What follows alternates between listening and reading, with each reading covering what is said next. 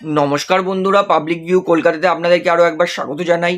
বন্ধুরা, আজকের এই ভিডিওটিতে আইএসএল ইন্ডিয়ান ফুটবল নিয়ে কিছু ট্রান্সফার রুমার, কিছু ট্রান্সফার আপডেট নিয়ে আপনাদের সঙ্গে কথা বলার আছে। এই ট্রান্সফার আপডেটে মোহনবাগান দল নিয়ে আপডেট দেবো, ইস্ট বেঙ্গল দল নিয়ে আপডেট দেবো, নর্থ ইস্ট ইউনাইটেড এফসি দল নিয়ে আপডেট দেবো, কেরালা দল নিয়ে আপডেট দেবো। তো বলতে পারি ভিডিওটা খুব গুরুত্বপূর্ণ, অবশ্যই শেষ পর্যন্ত দেখবেন।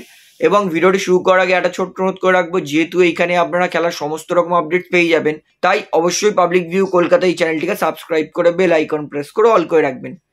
তাহলে বন্ধুরা, সবার প্রথমে ট্রান্সফার রুমারটাই শেষ করে দিই। গতকাল রাত্রির থেকে ট্রান্সফার মার্কেটে যেই রুমারটা সব থেকে বেশি চলছিল সেটা হচ্ছে মোহনবাগান দলে আসবে কি ইউমা সুজুকি, এই জাপানিজ প্লেয়ারটা। তো গতকাল রাত্রির থেকে কিন্তু এই ট্রান্সফার রুমারটা আমি অনেক জায়গায় দেখেছি, অনেক জায়গায় বলছে ইউমা সুজুকিকে মোহনবাগান নিতে চলেছে। তো এইখানেই আপনাদেরকে পুরো ব্যাপারটা ক্লিয়ার করে দিই, এইটা কিন্তু 100% ফেক নিউজ। ইউমা সুজুকির কোনো রকম সম্ভাবনা নেই মোহনবাগান দলে আসার। ইউমা সুজুকি তিনি এই মুহূর্তে যে লিগে খেলছেন, এবং যে লিগে যেই দলের হয়ে খেলছেন তিনি কাশিমা আল্টান্স, সেই দলের সঙ্গে ইউমার কন্ট্রাক্ট কিন্তু শেষ হয়ে যাচ্ছে 31শে জানুয়ারি 2024। তবে যতদূর সম্ভব এই প্লেয়ারটার সঙ্গে কিন্তু আবার 1 বছরের চুক্তি বাড়ি নিতে পারে কাশিমা বলে এই টিমটা। তো তাছাড়া বলি, প্লেয়ারটা কিন্তু খুবই ভালো প্লেয়ার, হাই প্রোফাইল প্লেয়ার, 16 কোটি বর্তমান মার্কেট ভ্যালু, ভালো গোল করছে, অ্যাসিস্টও ভালো করছে, ভালো স্ট্রাইক নেয় দূর থেকে, স্পিড আছে। যদি মোহনবাগান এই প্লেয়ারটাকে নিতে পারতো অবশ্যই প্রচণ্ড খুশি হতো মোহনবাগান সমর্থকেরা, কারণ জেসন কামিন্সের থেকে ফার বেটার স্ট্রাইকার। যদি এই প্লেয়ারটা সত্যি মোহনবাগানে নিত আমি কিন্তু আপনাদেরকে অবশ্যই জানিয়ে দিতাম।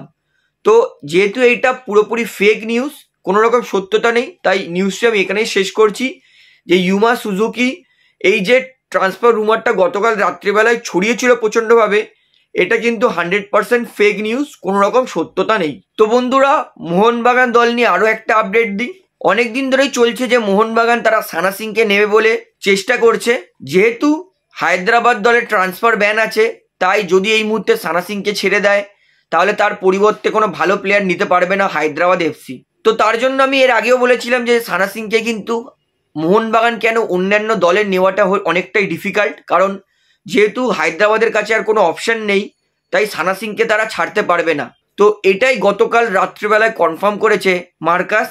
তিনি বলেছেন যে সানা সিং এই মুহূর্তে মোহনবাগানে যাবে, এইটার কোনো সম্ভাবনা নেই। মোহনবাগান কেন আইএসএল এর অন্যান্য দলে যাবে এটার কোনো সম্ভাবনা নেই। অর্থাৎ পুরো ব্যাপারটা আরও একবার আপনাদেরকে যে ক্লিয়ার করে দিই, অনেক দিন ধরে যে রুমারটা চলছিল, যে অবশ্যই রুমার নয়, সত্যিই ছিল, যে সানা সিংয়ের সঙ্গে হায়দ্রাবাদের সঙ্গে সানা সিংকে নিয়ে মোহনবাগান, বেঙ্গালুরু এবং আইএসএল আরও একটা দল কথা বলেছিল, এটা 100% ট্রু।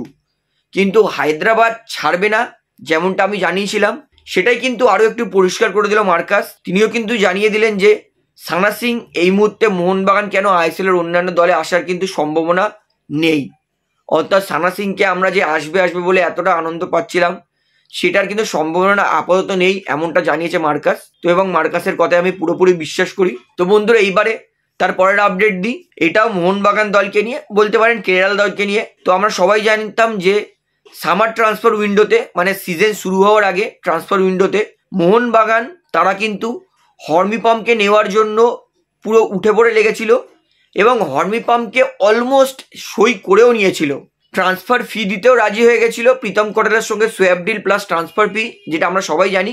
তো সব কিছু রাজি হয়ে গেছিল, প্রীতম কোটাল কেরালাতেও চলে গেছিল।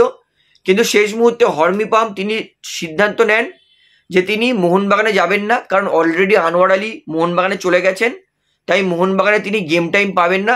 সেই কারণে তিনি শেষ মুহূর্তে মোহনবাগান জয়েন না করার সিদ্ধান্ত নিয়েছেন, এবং তিনি কেরালা দলে রয়ে গেছিলেন। তো এইবার হর্মিপামকে কিন্তু নেওয়ার চেষ্টা করছে মোহনবাগান দল আরও একবার, এবং সেই আরও একবার কেরালা হর্মিপামকে রিলিজ করার জন্য যতদূর জানা গেছে 2.5 কোটি 2.5 CRS অ্যাডিশনাল ট্রান্সফার ফি চাইছে। আমি বলবো মোহনবাগান দলের দরকার নেই এত টাকা দিয়ে, এত টাকা বাড়তি টাকা খরচ করার কোনো সত্যি দরকার নেই, কারণ প্লেয়াররা জানে মোহনবাগান টাকা দিতে পারে, তাই এত টাকা অ্যাডিশনাল ট্রান্সফার ফি।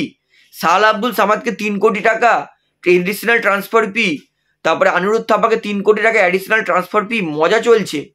মোহনবাগানের দরকার নেই এত টাকা খরচ করার। হর্মিপাম এমনি তো কেরালা দলে ঠিকঠাকই পারফরমেন্স করছে, আমার ওর দিয়ে আমাদের সুভাশিস বোস অনেক বেটার, ওর দিয়ে সুমিত রাঠিকে চান্স দিলে সুমিত রাঠি বেটার পারফরমেন্স করবে। হর্মিপাম্পের দরকার নেই, 2.5 কোটি টাকা শুধু শুধু হর্মিপাম্পের জন্য খরচ করে লাভ নেই। এর দিয়ে প্রীতম কোরালকে যদি আবার রাজি করিয়ে ফিরিয়ে আনতে পারে ওইটা অনেক বেটার হবে। হর্মিপাম্প অনেক মিস্টেক করছে কেরালার ডিফেন্সে, সেটা দেখতে পাচ্ছি। তো যদি একান্তই দরকার হয় তাহলে প্রীতম কোরালকে আবার ফিরিয়ে আনুক মোহনবাগান।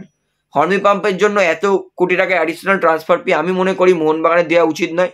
এটা আমার পার্সোনাল ওপিনিয়ন, কারণ সবাই মোহনবাগানের দুর্বলতার সুযোগ নিচ্ছে এবং হিউজ ট্রান্সফার ফি চাইছে। অলরেডি মোহনবাগান কিন্তু অ্যাডিশনাল ট্রান্সফার ফি খরচা করেছে জেসন কামিংসের জন্য 4 কোটি টাকা, সাহাল আব্দুল সামাদের জন্য 3 কোটি টাকা, আর অনুরোধ থাপার জন্য 3 কোটি টাকা। 10 কোটি টাকা মোহনবাগান এমনি প্লেয়ার নেওয়ার জন্য ট্রান্সফার ফি দিয়ে দিয়েছে। আর মোহনবাগানের টাকা খরচ করে লাভ নেই। সঞ্জীব গোয়েঙ্কা নেক্সট সিজন টাকা খরচা করবে, এই সিজন কিন্তু আর মানে আননেসেসারি মোহনবাগানের টাকা খরচ করার কিন্তু কোনো দরকার নেই। তাই আমি বলবো হর্মিপাম্পকে কেরালা রেখে দিক, কেরালাতেই থাক, মোহনবাগানের দরকার নেই। আনোয়ার আলী সুপার কাপের পর 2-3টে ম্যাচ, সুপার কাপের 2-3টে আইএসএল মানে 5-6টা ম্যাচ আগে ফিট হয়ে চলে আসবে, 4-5টা ম্যাচ মোহনবাগান ম্যানেজ করে নিতে পারবে হর্মিপাম্প ছাড়া। তো এটা আমার পার্সোনাল ওপিনিয়ন, আপনারা আমার সঙ্গে কতটা একমত রাখেন সেটা আমাকে অবশ্যই কমেন্টে জানাবেন। তো তারপরের আপডেটটিতে আসি, এটা হচ্ছে নর্থ ইস্ট ইউনাইটেড এফসিকে নিয়ে। অনেকদিন ধরেই বলছেন যে দাদা নর্থ ইস্টকে নিয়ে আপনি কিছু আপডেট দিচ্ছেন না, নর্থ ইস্টকে নিয়ে কিছু আপডেট দিচ্ছেন না। তো নর্থ ইস্ট কিছু করলে তারপরে না আপডেট দেবো। তো নর্থ ইস্ট তারা এই মুহূর্তে পুরোপুরি তৈরি রিগান সিংকে ঘরে ফেরানোর জন্য। হায়দ্রাবাদ এফসি থেকে রিগান সিং আবার ঘরে ফিরতে চলেছে, নর্থ ইস্ট ইউনাইটেড এফসি দলে ফিরতে চলেছে। এবং যতদূর জানা গেছে রিগান সিং নিজেই হায়দ্রাবাদ এফসি দলের সঙ্গে মিউচুয়ালি কথাবার্তা বলে নিজের কন্ট্রাক্ট টার্মিনেট করেছে।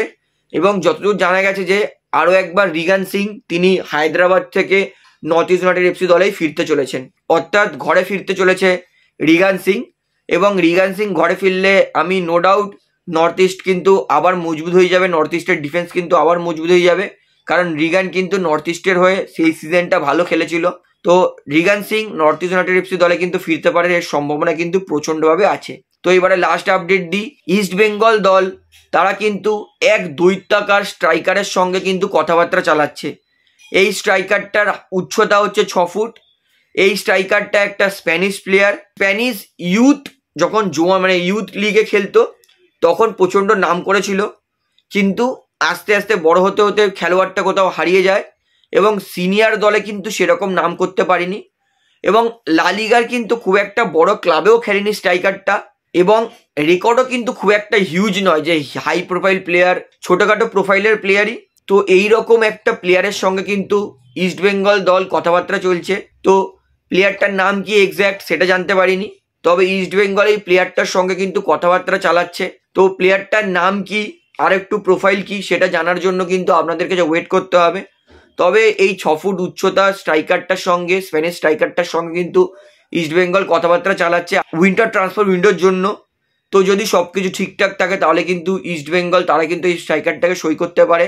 তবে এখনও কিন্তু যেহেতু কোনো কিছু কনফার্ম নয় তাই আমি পুরো ডিটেলসটা আপনাদেরকে দিচ্ছি না। তো বন্ধুরা এই ভিডিওটিতে আমার আপনাদেরকে এতটাই ট্রান্সফার আপডেট দেওয়ার ছিল, আশা করি সমস্ত আপডেট আপনারা বুঝতে পেরেছেন। তো ভিডিওটি এখানেই শেষ করছি। তো আশা করি ভিডিওটি আপনার ভালো লাগলো। তো ভিডিওটি ভালো লাগলে অবশ্যই লাইক করুন, কমেন্ট করুন, শেয়ার করুন, এবং বন্ধুরা চ্যানেলটি তারা নতুন আছেন সবাইকে অনুরোধ করবো তারা অবশ্যই পাবলিক ভিউ কলকাতা এই চ্যানেলটিকে সাবস্ক্রাইব করে বেল আইকন প্রেস করে অল করে রাখবেন। ধন্যবাদ।